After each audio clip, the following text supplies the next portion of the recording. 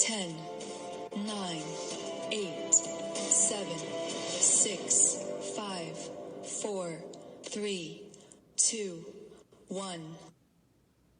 Hi, Amcap members. It's Amanda Andrea, your host with Jim Rogers on a sharing session last week. Now, we received tons of fabulous feedback in the last live show with Jim Rogers, and I know that a lot of you still have questions for him.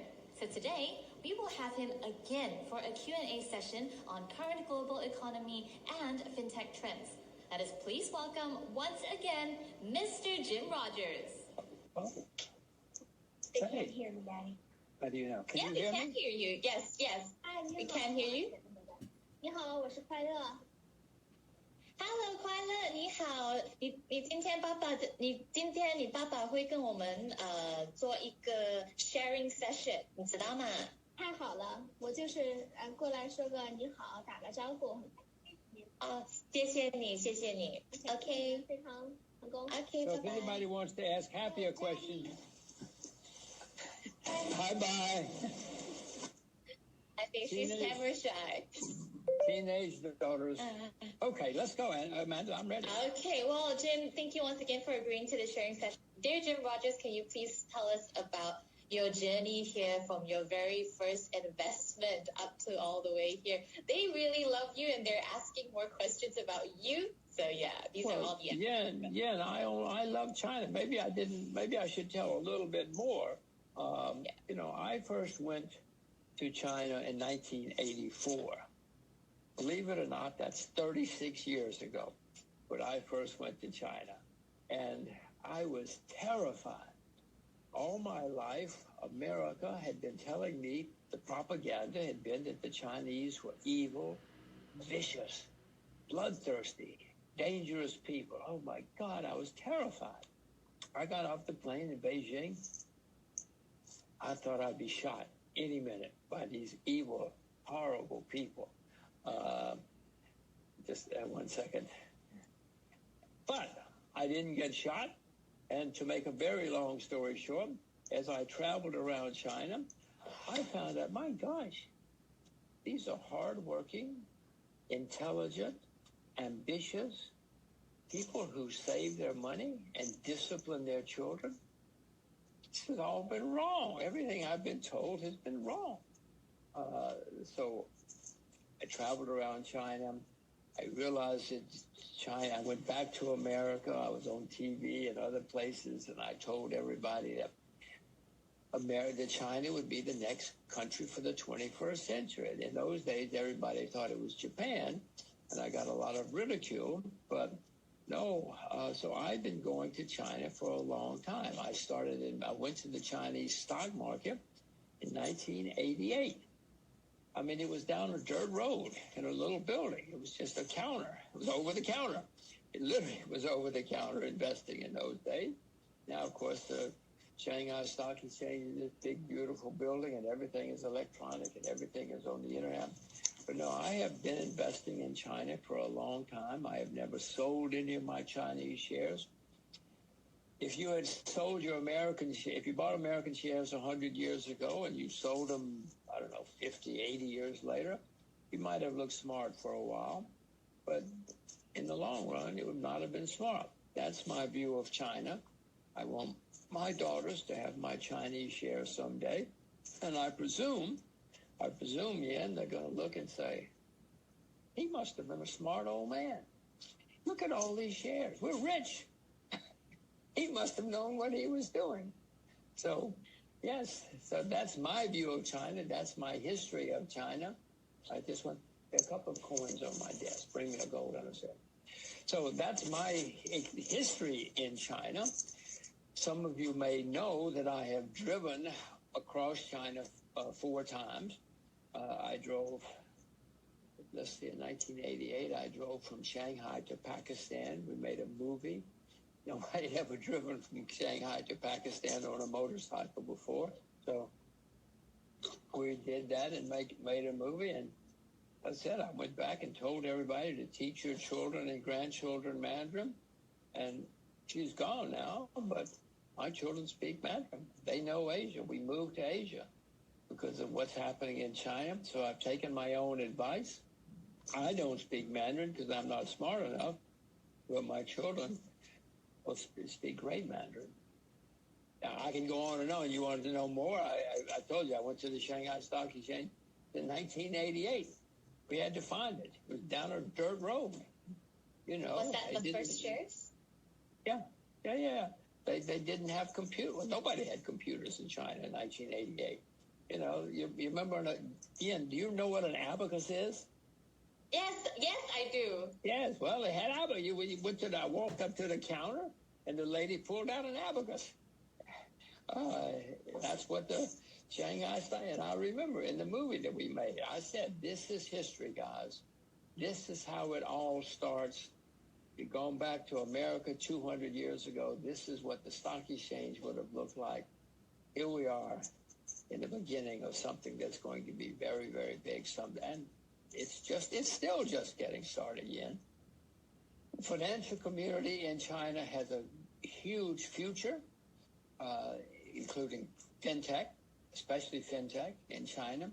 I told you Shanghai used to be the largest financial center between New York and London. It's going to be again. And Beijing has been opening up finance more and more and more.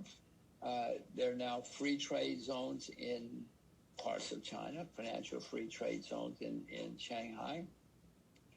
Beijing knows you cannot be a great world power and a great trading power without a financial system. I mean, it's still blocked. There's still many changes which have to come. They will come. Oh, but I'm not very optimistic about finance in most of the world.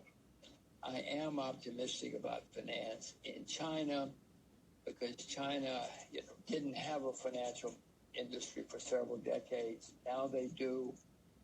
Beijing knows the importance.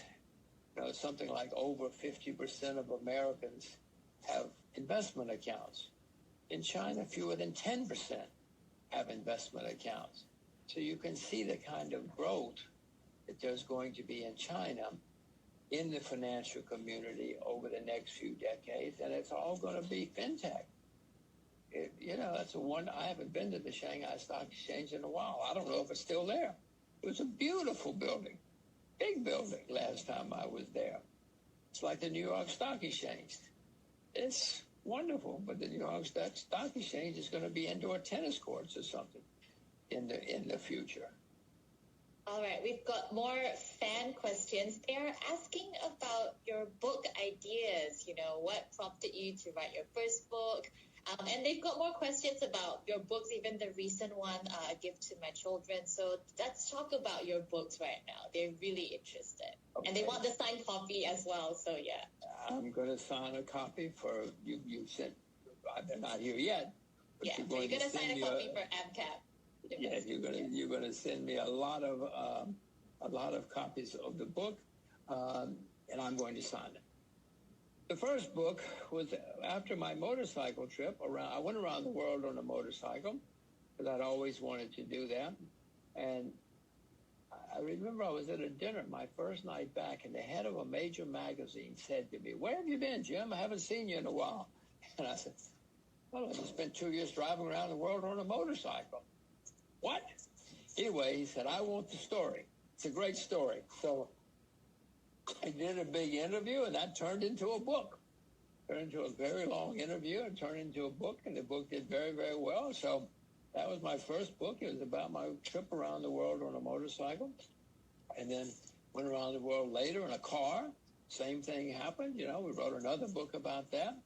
And then at one point, I remember speaking with Japanese reporters. I kept telling them what I wanted, things I wanted to teach my children, to make sure my children learn, so that things that even if I taught them as young people don't remember, but I wanted them to remember. So we made it into a book. It was called A Gift to My Children.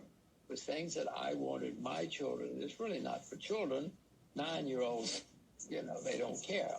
But when they're 29, and they read it, I hope when they're 29 and they read this, they'll say, these are good lessons for life. So that's how a gift to my children came. Then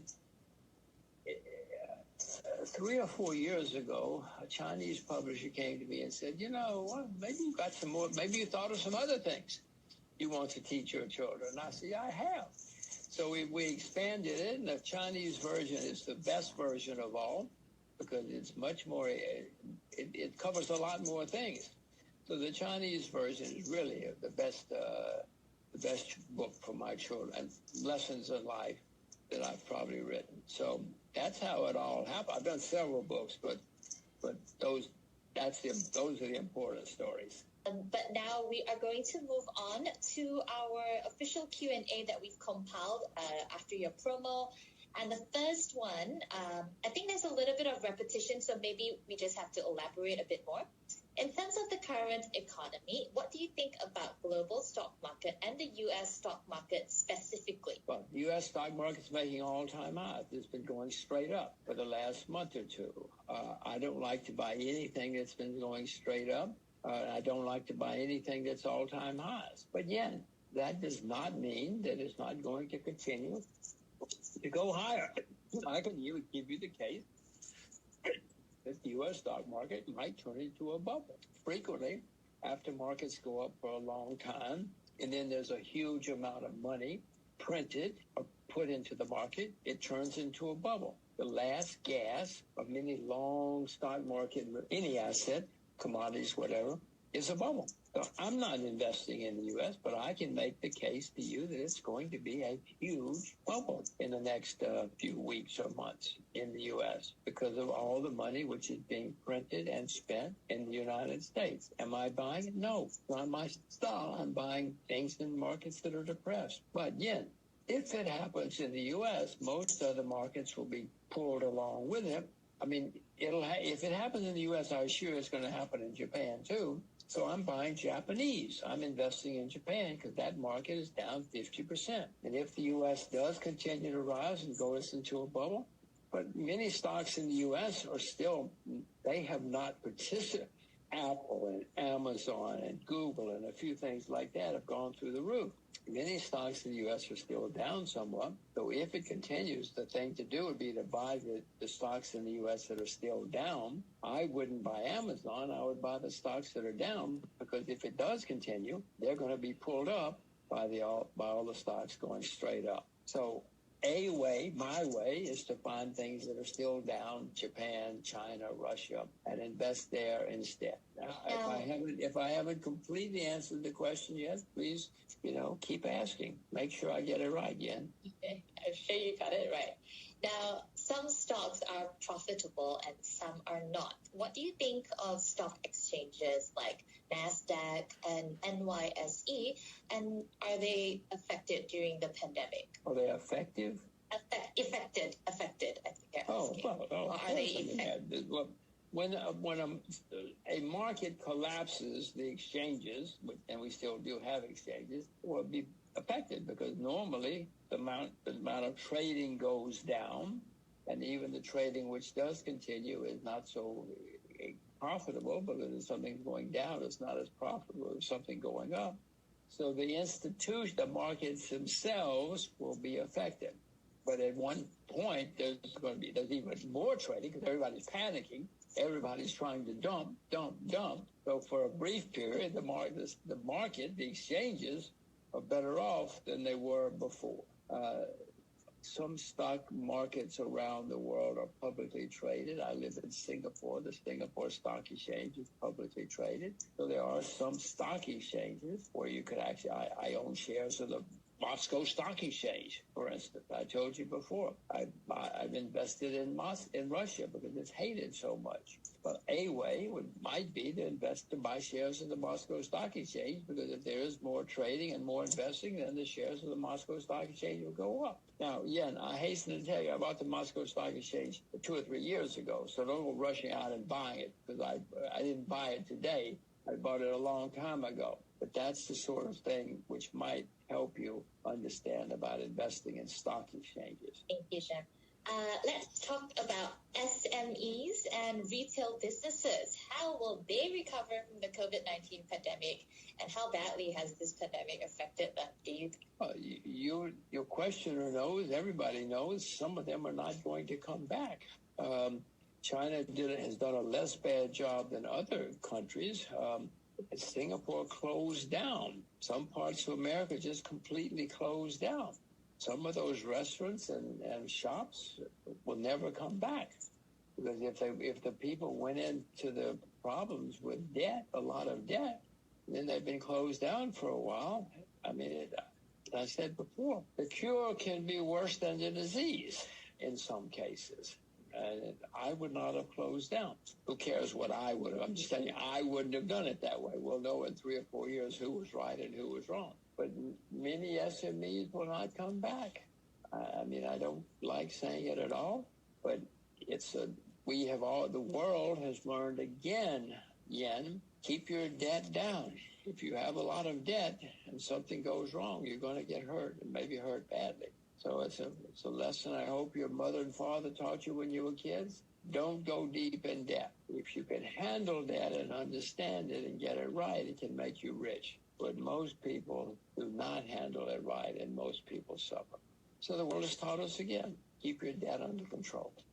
What is your forecast for the market durability of the world's top Fortune 500 companies affected by COVID? Well, when I invest, the first thing I look at is the balance sheet. Is this company got a lot of debt, a lot of obligations? What is the soundness, the financial soundness? Are they financially sound? Can they survive? What is their situation? So I start looking at the balance sheet, which is where you can find the debt right away.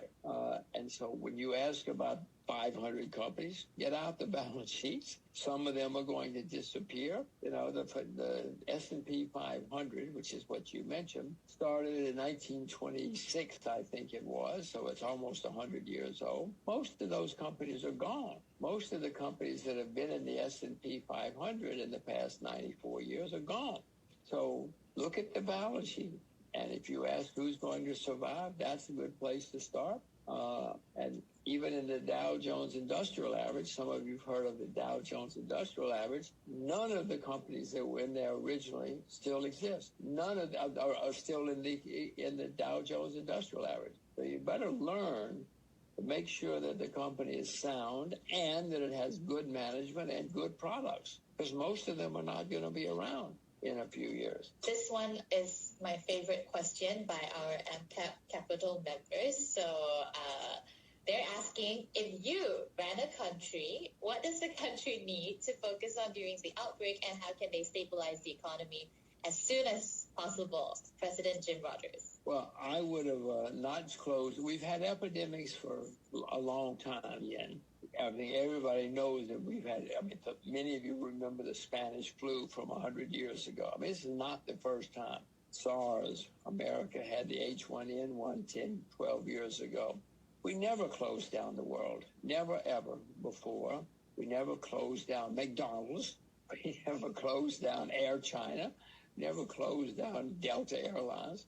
So this is the first time it's happened that way. Either some politicians or some media or somebody somewhere in the world got carried away and said we all have to close down. That's never happened. So I would, and the world has always survived. I would not have died. That's the way I would have done it. We all know if there's an epidemic around, we have to be careful. I mean, we don't go around on blind dates with people we don't know when there's an epidemic. We don't go down to the local bar and all whoop it up and sing and get drunk with people we don't know and start shaking hands and kissing and hugging. We're careful. So we know that an epidemic can be dangerous. So that's what I would have done. I have more confidence in human nature and human beings than I do in governments and bureaucrats. And I would have taken China, let's not talk about any country. Some countries closed, didn't, and the ones that have not been too draconian seem to have done a less bad job than the others. As I say, we'll know in 5 or 6 years. We can look back and figure out who did it right. But I wouldn't have closed anything. I certainly would have told everybody all the facts. I would have said, guys, there's an epidemic. It's contagious. It's killing people. You know, these are the facts. I would have broadcast the facts broadly everywhere in the world. But then I would have let people, as has happened in every epidemic in history, I would have let people take care of themselves. I have more confidence in people than I do in bureaucrats. Okay. Now, our next question is, the world banks are dropping interest rates and encouraging citizens to spend their money. How do people seize an opportunity in this type of situation? Well, yeah, and everybody has to make their own decisions. I said before, live your life with your own decisions. I am not rushing out. I mean, I'm telling my children and people I know, don't rush out and spend a lot of money. I mean, yeah, of course, you got to eat. And if there's something you need, do it. My daughter goes to boarding school, so she has to go to school. Both of my children have to go to school. But I'm not telling them to rush out and buy up a lot of things because I don't know how the world's going to evolve. I've always taught them to save money, to be careful about money. And so we're continuing to live our lives that way, perhaps with more caution now than before, because I can see that the world may be in for perilous times. I would suspect, Yen, that in the next year or two, things are going to get worse again because of so much debt. If the virus comes back, of course, but I'm just talking about even if the virus goes away, the debt that has been piled up is we cannot have a dynamic economy anywhere in the world for a while because there's so much debt. And even a restaurant, to use that example, even a restaurant which reopens cannot be as dynamic as it was before because they've sold off some of their, if you have a restaurant, you might have sold your wine cellar to survive. Well, you're not going to be as dynamic coming back as you were before because you got debt, your assets are impaired. But no, I don't see wild exuberance for a while. Maybe in the stock markets, if we have a last blow-off bubble here because of so much money being spent, but I would suspect we're going to have more economic problems. In America, there's an election in November. Yeah, they don't care about you or me or kids or young people or anything. They worry about the election. Mr. Trump and all the politicians in Washington do everything they can to get elected. So it's going to be a lot of money spent, a lot of money printed. But after 2020, I would be very worried that we may have problems again. Not everybody as bad as everybody else. I mentioned to you Japan, America, the countries that have added staggering amounts of debt. England, I mean, some countries are going to be very badly impacted for years to come. Some less so. I said, China's spent money, but nothing crazy like Japan. China's printed money, but nothing insane like America. So some will be less badly affected than others. How soon do you think the current world's unemployment rates would recover, if ever? Well, not any time. Well, first of all, yes. Next month, the figures are going to look less bad because everybody was closed. If you're an airport and you have no flights, and then you start opening up again and you have 80 flights, things look better. But if you had 800 flights before, it doesn't look nearly as good as it was. So everybody's going to look better for a month or two or five as people open up more and more and more. We're not going to be back to where we were before for quite some time. There is a saying that during this pandemic, okay, this is a Chinese saying, I believe, the rich are getting richer, the poor getting poorer. Why do you think this is the case? Well, yeah, that's always happened. Whether there's an epidemic or prosperity or hard times, some people are always getting better and some people are always getting worse. Now, you said the rich are getting richer. Yeah, some rich are, and some poor are getting poorer. But if you look, people have done studies in America, for instance, that the top 20% of American wealth is always changing. Whoever the top 20% are today were not the top 20% 20 years ago. And that's the way the world works. That's the way society is. Yes, some rich people are getting richer, but some rich people are getting poorer. Some poor people, the same study shows, the bottom 20% is not the same. Some of those people work their way out of poverty and become better. Look at China. I mean, the poor people, look at the prosperity that's come to China in the past 40 years. Well, a lot of the poor people who were very poor 20 years ago are not so poor anymore. And some of the people who were rich 20 years ago are not so rich anymore. So, yeah, some rich people have gotten richer. Some poor people have gotten poorer. But also some poor people have gotten richer and some rich people have gotten poorer. I think they're actually kind of talking about the rich potentially taking advantage of the poor. I think that's where the question taking advantage of, well, but yeah, and that's happened throughout history. I mean, you know, that's the way world economies have worked. Let's use, if you go to Japan and you see how the rich people were 400 years ago, it is mind-boggling. Or India, you cannot believe how rich the rich Indians were 400 years ago and how poor the poor Indians were and how they took advantage of the poor people. Or Japan or anywhere. This is the way the world has always, this just started in the 20th century.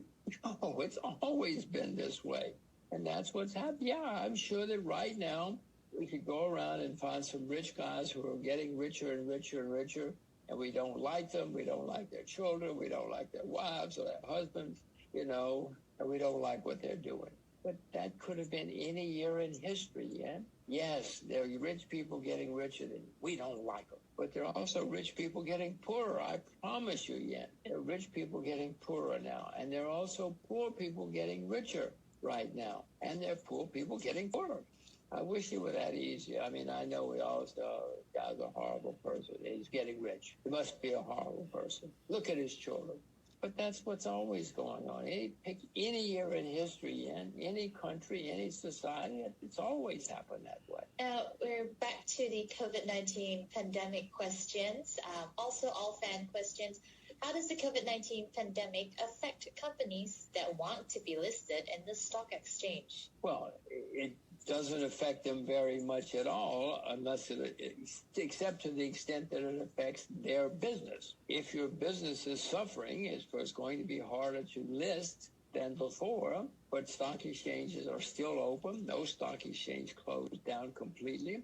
So if you have a viable business and a viable story, you can be listed on a stock exchange somewhere. Investors, for a while there, were not so eager to rush in to buy any shares, but if you have a good story, good finances, good prosperity, you will be able to list, and you can probably have your choice of stock exchanges. So the only way it will affect you because of how it affects your business and the attitude towards your business. Investors may not want to invest in your business because they think there's something wrong with it. But other than that, it shouldn't have much effect at all. Not anymore. Maybe for a while there when everything was collapsing, of course. People weren't rushing down to buy shares when everything was going straight down every day. But that's past. And the pandemic, this one is a different question, also about the pandemic, but it talks about how the pandemic has shifted investors' attention into the healthcare industry. What are your thoughts on the healthcare industry right now? Well, again, look out the window. It's got a great future. There are a lot of sick people. Everybody's worried about being sick. People are looking for new ways to treat people. And there's more demand. Of course, it's done good things. I'm especially optimistic about healthcare in China. Let's use a couple of contrasts again. In the United States, we spend the highest percentage of our gross national product on healthcare, much higher than anybody in the world. Whoever's number second is not even close. Well, it's not going to get too much better. It's going to get better in America because they're spending a lot more money, but it cannot. It's already here. Maybe it'll go to here or here. But if you go to some places, if you go to North Korea, it's here, and it's going to go here. There's much better future in countries that are spending less on health care now. China spends much less on health care than do many other countries. So health care in China, I mean, everybody knows has a great future. Every government, provincial and Beijing, is spending more money on health care. Everybody in China wants more and better health care. This just accelerates that trend. And if you can find good healthcare companies in China, I want to know about them because everywhere it has a great future, but better future in countries where there's less healthcare now than there's going to be in 10 years. That's really great advice. I think it balances with the fact that you've mentioned, that you invest in depressing, in industries that are depressing. And then you have healthcare industry, which we know it's really booming right now. But then your advice is to go on to countries that don't invest in it too much. So I think that's really, really great advice. I've taken that advice for myself. Hooray for you. I do. I believe you when you say that. Now, technologies will need high-speed connection where the world is focusing on 5G. So we know there's quite a lot of drama with 5G in the US and China, but what is your vision towards 5G technologies? Well, I'm not very technologically knowledgeable, but everybody I know who is tells me that China's ahead in the technology, and it probably is. And so America, and I don't like saying this, I'm an American, so America is playing, so America says, we have to stop them. They're evil. And America, because Apple cannot keep up. American technology has not been able to keep up with Chinese technology. So America's pulling out other measures to help American companies compete. I'm just repeating to you from what the American. By the way, the people who tell me this are American. People who know about technology. I know nothing about technology. I tell you, my 12-year-old knows more than I do. So that's what I understand is going on, and I'm sure it's correct, Yen, because China turns out something like 10 or 15 times as many engineers as America does every year. I'm sure some of them are terrible engineers, but who cares? Some of them are bound to be great. Alibaba, Tencent, Baidu, you've heard of some of these names.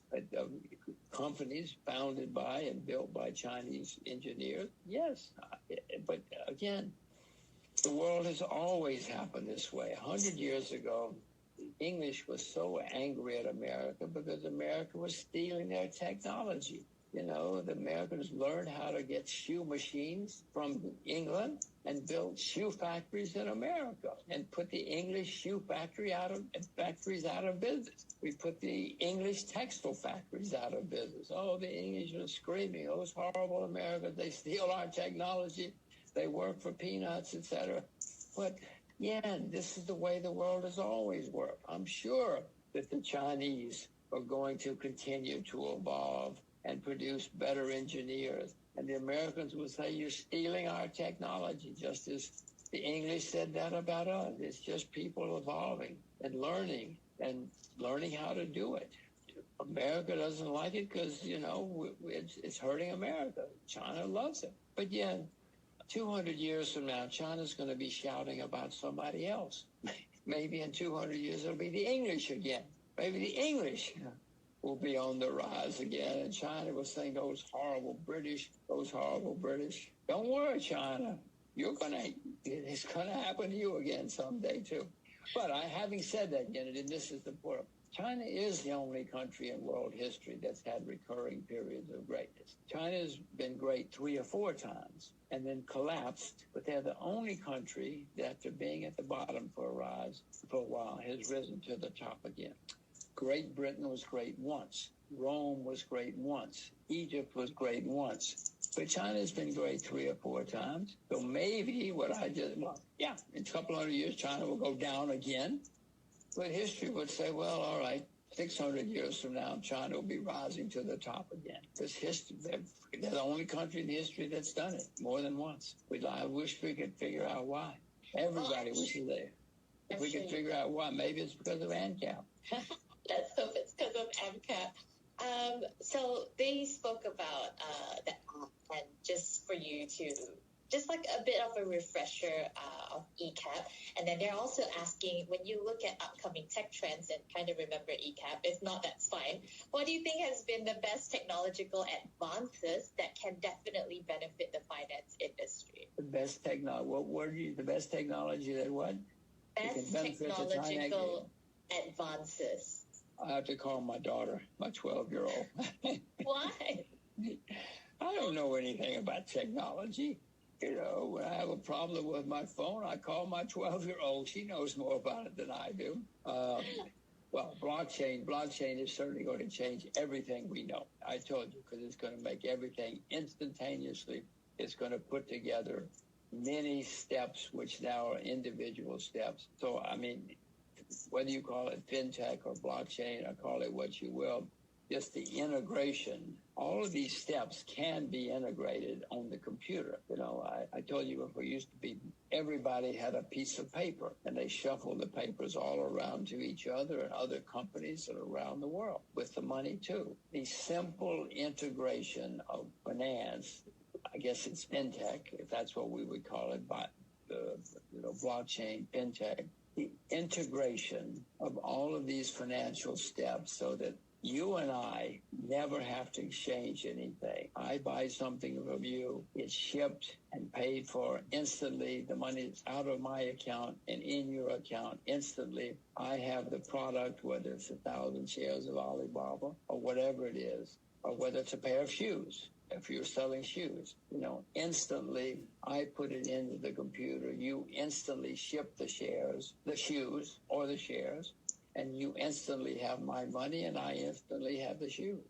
In finance, it's faster because it's easier to ship money. You got to ship me the shoes, but if it's 1,000 shares of Alibaba, it's instant. And that is probably, I know that is an extremely exciting change which is taking place in the world, and fintech is going to be very, very exciting. It's going to put a lot of people out of business, but I repeat again, electricity put a lot of people out of business. So should we focus on fintech in times like these right now? And from your experience, how do you identify when is a good time to enter the market? I think that's a little bit of repetition, but maybe you can just elaborate on that. Well, any time is a good time to enter the market if you find the right people. You've heard of Henry Ford, but you haven't heard of 5,000 other automobile companies that existed. You've heard of Bill Gates. You haven't heard of thousands of other, internet companies and internet people that existed before. I told you before that at one point some fintech people came to me. I listened. It took me a while to figure out they didn't know what they were doing. But if you can figure out the right ones, the right fintech people, do it right now. Hang up. Leave this show. Go invest if you find the right people. Okay, that's good, Jim. All right, we are towards the end of our sharing session. A final question is, what is the word of advice? Give a word of advice to all our Amcap investors. A lot of them are asking, what's one really, really good advice? I know you've given quite a lot, but let's wrap this up with the final word of advice to our Amcap investors. Okay, I'm going to add more from your previous question about Asia. Dramatic changes are taking place. I know my views about China, but I would urge everybody here to, first of all, learn about Korea, because once the 38th parallel opens, which I expect to happen in the next couple of years, the Korean Peninsula is going to be the single most exciting place in the world for 10 or 20 years. Once the 38th parallel opens, Korea is going to be very, very exciting. North Korea has cheap, disciplined labor with lots of natural resources. South Korea has lots of capital, lots of management abilities. So you have a country with 80 million people right on the Chinese border. What could be better? So it will be very exciting for a while. China wants it. South Korea wants it. North Korea wants it. Russia wants it. Japan is against it because Japan cannot compete. And they know it with an open Korea, because Japan's a high-cost place to do business with many problems. But Japan can't stop it, because with China, Russia, North and South Korea wanting it, it's going to happen. America's against it, because America doesn't want to have to withdraw its troops. America has 30,000 troops in South Korea, and it's the only place that we can keep troops on the Russian and Chinese border. So America doesn't want it. But America's not going to be able to stop it forever, because it makes so much sense to have a peaceful Korea and prosperous. Every male in Korea has spent his whole life worrying about getting killed. North Korea spends huge amounts of money on defense. South Korea spends huge amounts of money on defense. But once that 38th parallel opens up, it's going to be extremely exciting. Nothing I can do in North Korea right now because I'm an American. But you, Yen, you should go to North Korea and start looking around now. finding opportunities. Another place, of course, is Vietnam. Vietnam is changing dramatically. So there are many places in Asia which are changing, where there are going to be good prospects going forward. And most of Asia is going, even if we all continue to decline, most Asian countries are going to decline less slowly, except Japan, than the West. Again, I don't like saying it. I'm a Westerner, but again, I like the world. I told you, when I went to China in 1984, I couldn't believe how exciting it was. I love China. You know, I know people go to Africa and can't stand it. I love Africa. Oh my gosh, I love going to Africa. So I love the world. So don't worry. I would urge everybody watching this not to be afraid of foreigners.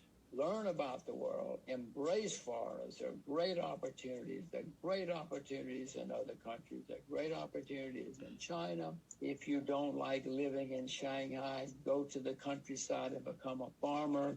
You know, there are many opportunities in China and in the world in many different industries. And it's important to understand that the world is changing very rapidly. FinTech, blockchain, all of these things are going to change everything we know. I cannot emphasize enough that everything we know today is going to be wrong in 10 or 15 years. So identify those changes, get involved, and you will be extremely happy. And in 15 years, Yen will invite you to be on the show. You know, she won't invite me anymore. Or maybe she'll invite my daughters. Or she'll invite one of you, because some of you are going to get this right. There are huge problems facing the world, but the Chinese have a wonderful word. It does not exist in English. Actually, Wei Ji. Can you say Wei Ji, Yen? Wei Ji. Yes. It's very interesting that the Koreans have the same word and the Japanese have the same. I mean, it's pronounced differently, but it's the same. It's written the same. The Korean character for Wei Ji and the Japanese character for Wei Ji is the same thing, because Asia's been around a lot longer, and you know that disaster and opportunity are the same thing. So I want everybody to be sure to remember Wei Ji. If you do your homework, if you listen to Amcap and study what they and other people at Yen are doing and teaching, then you will be prepared for what's coming. And when Wei Ji hits, you'll come out of this very, very rich. And Yen will invite you. Yen and Amcap will invite you next time. All right. So thank you once again, Jim, for your time. If you could please, Lux. Okay. Bye-bye. Thank you very much, Bye-bye. Jim, for your time. Bye-bye. Thank you, Mr. Jim Rogers, for all your knowledgeable sharing and valuable insights on the global economy and fintech trends. I do hope that all of you have grabbed an earful of answers. Hope to see you soon for our next session, brought to you by Amcap. Goodbye.